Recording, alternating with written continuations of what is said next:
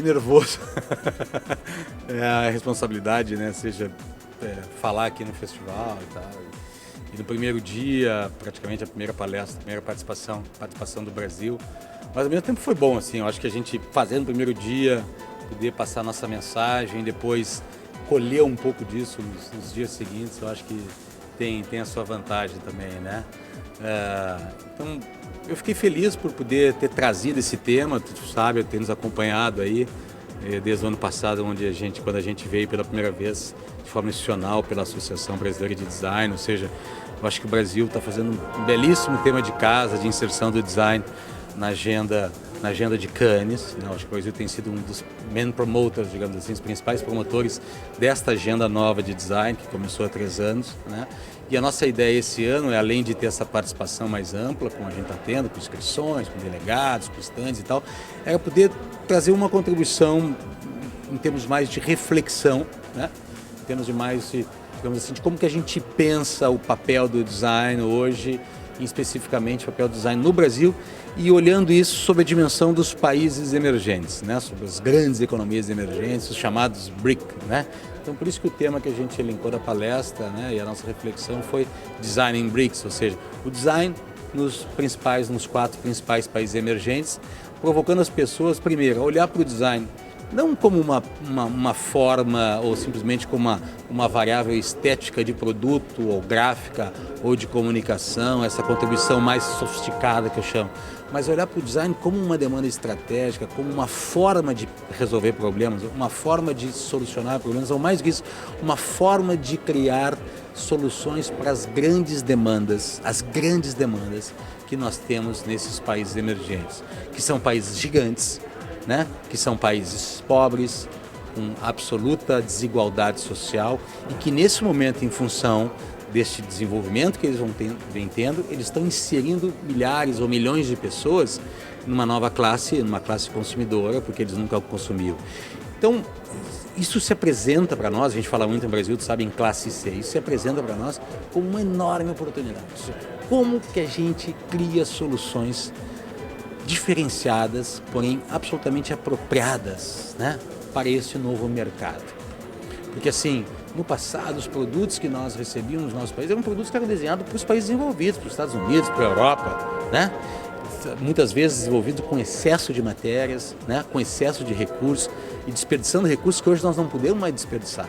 Os países desenvolviam, ao mesmo tempo, eles nos mandavam dinheiro para subsidiar a compra e nos cobravam depois o juro, ganhavam nas duas pontas. Então, a gente tem que olhar a solução de problema e aí a oportunidade para o design nesses países, olhando para as características locais, olhando para as demandas do novo mundo, olhando para os drivers que a gente tem de futuro. E eu acho que se a gente souber aproveitar essa oportunidade, se os designers e o design no Brasil, em especial nesse país, conseguir pensar as soluções de problemas, as oportunidades sobre essa ótica, nós teremos um aprendizado muito grande, E este aprendizado, né, que é desenhar olhando para os aspectos sustentáveis, para as variáveis culturais, para a construção de uma identidade, para a valorização da cultura desse país, se a gente souber desenvolver, digamos assim, uma tecnologia ou um conhecimento que se aproprie de forma efetiva ao design, eu acho que mais do que ajudar e qualificar o desenvolvimento desses países, nós podemos ter expectativa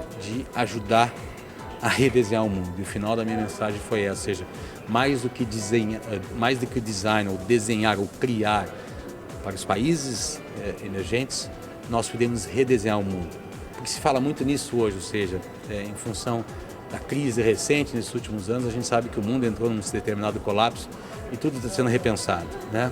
E eu acho que aí, ou seja, quando a gente fala em tudo está sendo repensado, a gente fala, ou seja, o mundo precisa ser redesenhado. E o redesenhar o mundo, o que é? Certamente não é desenhar da mesma forma como foi desenhado pelos americanos, europeus, enfim, pelos países envolvidos. Ele tem que ser redesenhado sob uma outra perspectiva. E eu tenho uma crença absoluta que essa outra perspectiva ela virá dos países emergentes. E nesse ponto eu acho que assim, Brasil, China, Índia em especial, são os drivers desse new approach, como eu chamei na apresentação. Eu acho que o Brasil, aqui acho que a gente conseguiu enxergar bem aí na apresentação, e esse comparativo é importante, Brasil, China, Índia em especial, são 3 países que têm tido assim demonstração de soluções, de criatividade, de soluções apropriadas, né, de design aplicado a essas realidades absolutamente relevantes. Acho que não dá para dizer nenhum, nem mais, nem outro.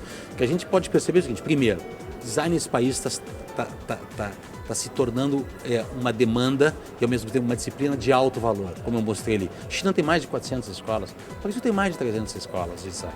A Itália tem 2, que é o ícone do design. Isso foi uma construção do passado. A explosão do design nesse país, ela ocorre ao mesmo tempo que tem a explosão da demanda, do consumo, da necessidade de qualificar as soluções. Então, acho que assim, o Brasil, assim como os outros países, tem apresentado soluções muito interessantes, né, que começam a se destacar no mundo.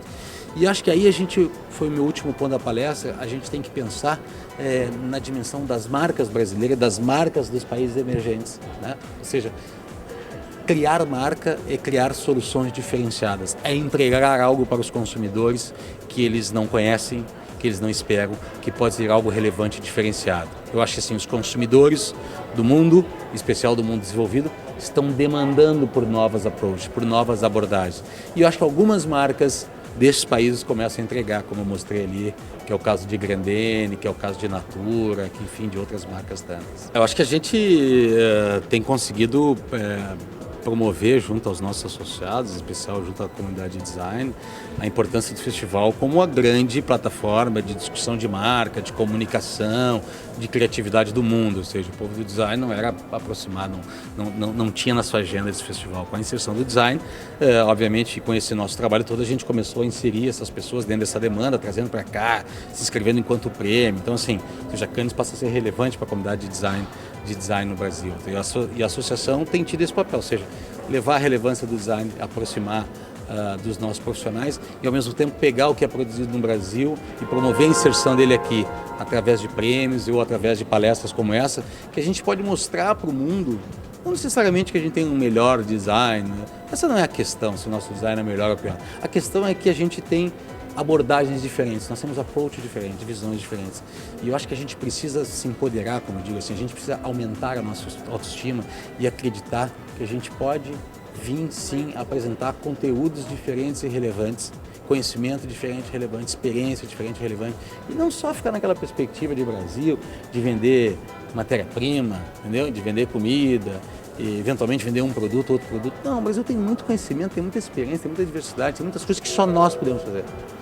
E acho que a gente tem a conversa hoje, o papel da design tem sido isso. Olha aqui, vamos para lá, vamos ver o que está sendo feito e vamos mostrar o que nós estamos fazendo, né? De uma forma absolutamente tranquila, porque nós temos sim muita coisa, eu acho que aprender, mas também temos muita coisa a ensinar.